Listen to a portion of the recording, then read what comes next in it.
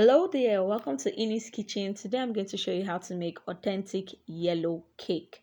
Now this yellow cake is simply delicious, super easy to make and moist. So stay tuned and I'll show you how to do this.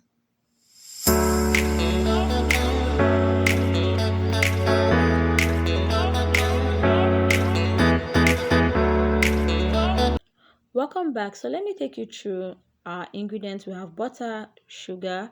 We're going to be using some buttermilk, but I'm going to use a substitute today. So to 1 cup of full cream milk, I'm going to be adding 1 tablespoon of white vinegar. We're going to let this sit for 5 to 10 minutes and then we have our buttermilk ready to be used. Also, the great thing about yellow cake is that it's a vanilla cake just with a slight twist. So we're going to be using vanilla flavor. We're going to add some extra creaminess to this cake, and that's why we're using milk flavor. If you don't have milk flavor, you can use powdered milk. I'm using cake flour and I've mixed it with my leavening agent, which is baking powder and baking soda. We have our egg yolks and our whole eggs. So I have 2 whole eggs and 4 egg yolks.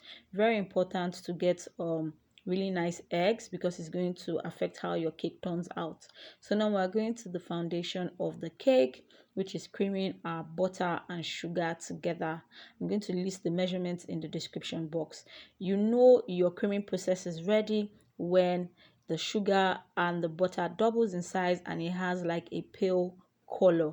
Make sure that you always scrape the bottom and sides of your bowl to incorporate all the ingredients. So now make sure that you alternate between your dry and wet ingredients. If you don't do that, you're going to have lumps in your cake. So in goes one of our dry ingredients, which is the milk flavor. Remember I said you can use powdered milk if you don't have this where you stay. Then I'm going in with more of my dry ingredients. I actually use cake flour, like I said earlier on, and it's more of a substitute. So I have 3 cups of flour. I took out 3 tablespoons of flour and replaced it with 3 tablespoons of corn flour. So that's how I got my cake flour. So I'm still alternating the dry and the wet ingredients. And remember that I said this process is important to make sure you don't have lumps in your cake. I've added the buttermilk now, and then I'm going to add the remaining dry ingredients, which is my flour.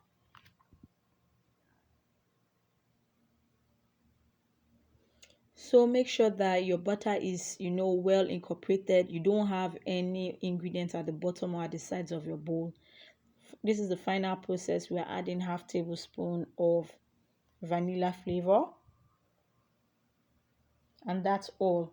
So what I'm going to do now is I'm going to speed up my mixer just to incorporate a bit of air into the batter and get this luscious batter. This cake is going to come out delicious, fluffy, and of course moist. So make sure that you bake this for 30 to 40 minutes.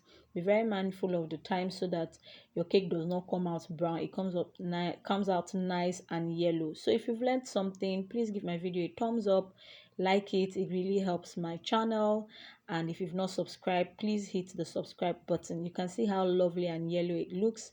Today I'm going to be using a light white chocolate ganache, and the reason I'm using light chocolate ganache is because I want it to be like a soak to make it extra moist. It's going to give it that extra moistness. So decorate with a few sprinkles and you have a very lovely cake. You can see how nice the cake looks, and trust me, it is delicious. You can see that soak of the ganache on it. Is not wet, it just makes it moist.